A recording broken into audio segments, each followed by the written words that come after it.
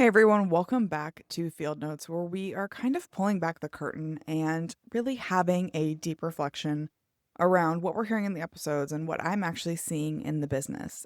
And this isn't intended to feel like a journal entry. What I'm really going for is kind of a voice note from me to you, because everything I'm hearing on these episodes, everything I'm learning as I have these conversations, and hopefully you're learning as well, I want to actually apply it and do something with it. So these little mini episodes are going to be my attempt to pull back the curtain, build in public, and show you everything that I'm learning and how I'm really applying it to my own life and my own business, even when it's ugly, even when it's messy, even when it's completely unpolished. So today's voice note is all about that conversation that I just had with Andy. And if you haven't had a chance to go listen to it, go back to the episode that was just posted right before this, where we were talking about how do we truly understand our personas.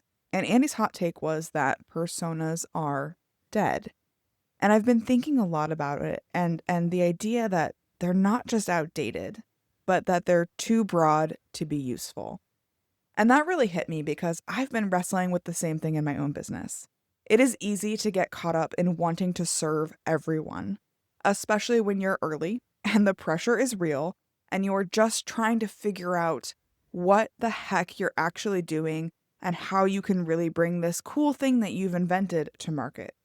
And every founder has that little voice in the corner of your mind that says, but what if one big opportunity shows up and we've already narrowed?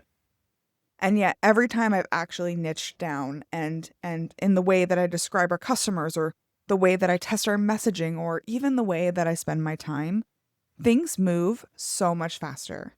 It's almost like the act of narrowing creates momentum. Now, the scary part is saying out loud, this is who we're not for. Because the line that I've been trying to walk, it's uncomfortable, but it's also where traction shows up. Because if you are for everyone, then you are for no one.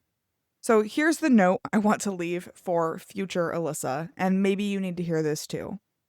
Being everything to everyone might feel safe, but it is also invisible. There is courage in choosing who you are for and who are you not for. When we first started working on TruVue, I really thought we were going to go after that small to mid-sized company and particularly customer success roles. The folks who didn't have a research team behind them, who were buried under hundreds of small and medium accounts. And my whole career, I've worked with the big dogs, companies with entire research teams that we'd augment or stand in for. And I loved positioning us as the bench, the team you call when the work is too complex, too politically charged, or too time sensitive to get done in house. And so I thought, what if we just took everything we knew about how customers make decisions, how emotions drive them first and logic justifies it later, and brought them to that down market? Surely they'd be craving it.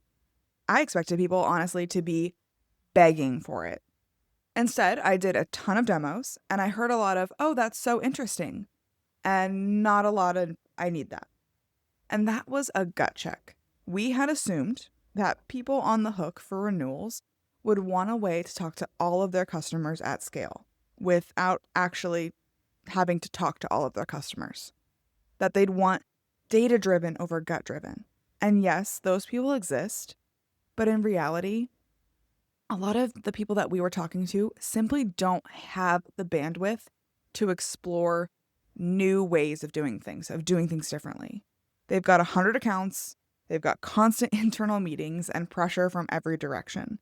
And you know what? They have lives outside of work because, unlike me, where my work has become my life, so I couldn't relate at first. It was hard to face that just because I believe there is a better way doesn't mean the customer agrees. And solving a problem no one is begging you to solve for is a dead end, no matter how good your product is. So we've pivoted. We stopped assuming and started listening. And instead of chasing just churn prediction, a promise that this industry has been burned by too many times, we are focused on bringing you back to the basics without making you basic. We're focused on helping people actually have conversations with their customers, not the fake kind, the ones that you put in to fill out your health score, not a green health score in a dashboard that really only gets updated every once in a while, but real conversations with your customers, knowing which customers need attention and which ones are fine being left alone. It feels almost radical to say this, but the future of customer experience might just come down to something simple: actually talking to your customers.